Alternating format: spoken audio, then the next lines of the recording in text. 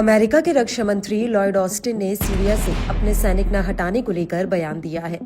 उन्होंने कहा कि सीरिया के नेता बशर अल असद के सत्ता से जाने के बाद आतंकवादी संगठन इस्लामिक स्टेट फिर से अपनी जड़ें जमाने की पूरी कोशिश में है, लेकिन अमेरिका ऐसा नहीं होने देगा।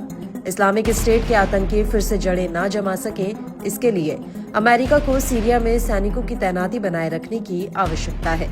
बुधवार को रक्षा मंत्री ऑस्टिन ने एसोसिएटेड प्रेस से बातचीत में कहा कि अमेरिकी सेना की अब भी वहां जरूरत है, खासतौर से उन हिरासत केंद्रों की सुरक्षा सुनिश्चित करने के लिए जहां आईएस के हजारों आतंकवादी और उनके परिवार के सदस्य कैद हैं। अनुमान के मुताबिक इन केंद्रों में आईएस के 8 से 10 हजार आतंकवादी बंद हैं और उनमें से कम 2000 को बेहद खतरनाक बताया जाता है। जर्मनी के रामस्टीन एयरबेस में ऑस्टिन ने कहा कि यदि सीरिया को ऐसे ही छोड़ दिया जाता है तो मुझे लगता है कि आईएस के आतंकवादी फिर से सिर उठाएंगे। जानकारी दें कि ऑस्टिन लगभग 50 साझेदार देशों के साथ यूक्रेन के वास्ते सैन्य सहायता उपलब्ध कराने के संबंध में चर्चा करने के लिए रामस्टीन एयरबेस में है। उन्होंने कहा कि मुझे लगता है कि आईएस पर शिकंजा कसने के लिए हमें अभी और कदम उठाने की जरूरत है।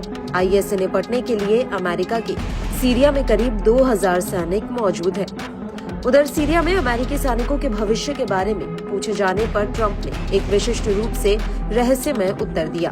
पेंटागन का कहना है कि सशस्त्र समूह आईएस पर अंकुश लगाने के मिशन के तहत लगभग 2000 अमेरिकी कर्मी देश में बने हुए हैं, लेकिन दिसंबर की शुरुआत में पूर्व राष्ट्रपति बशर अल असद को अपदस्थ किए जाने के बाद सीरिया में लंबे समय के लिए अमेरिकी भागीदारी के बारे में सवाल उठने लगे हैं। अमेरिकी सैनिकों ने 2014 से पूर्वोत्तर सीरिया में कुर्द नेतृत्व वाली सीरियन डेमोक्रेटिक फोर्सेस का समर्थन किया है, क्योंकि देश में एक बहुआयामी गृह युद्ध छिड़ा हुआ है। लेकिन राष्ट्रपति चुनाव ने 8 अक्टूबर 2023 को दक्षिणी इजराइल में हमले के बाद हमास द्वारा पकड़े गए शेष बंदियों की रिहाई पर ध्यान केंद्रित करते हुए एक कठोर रुख अपनाया।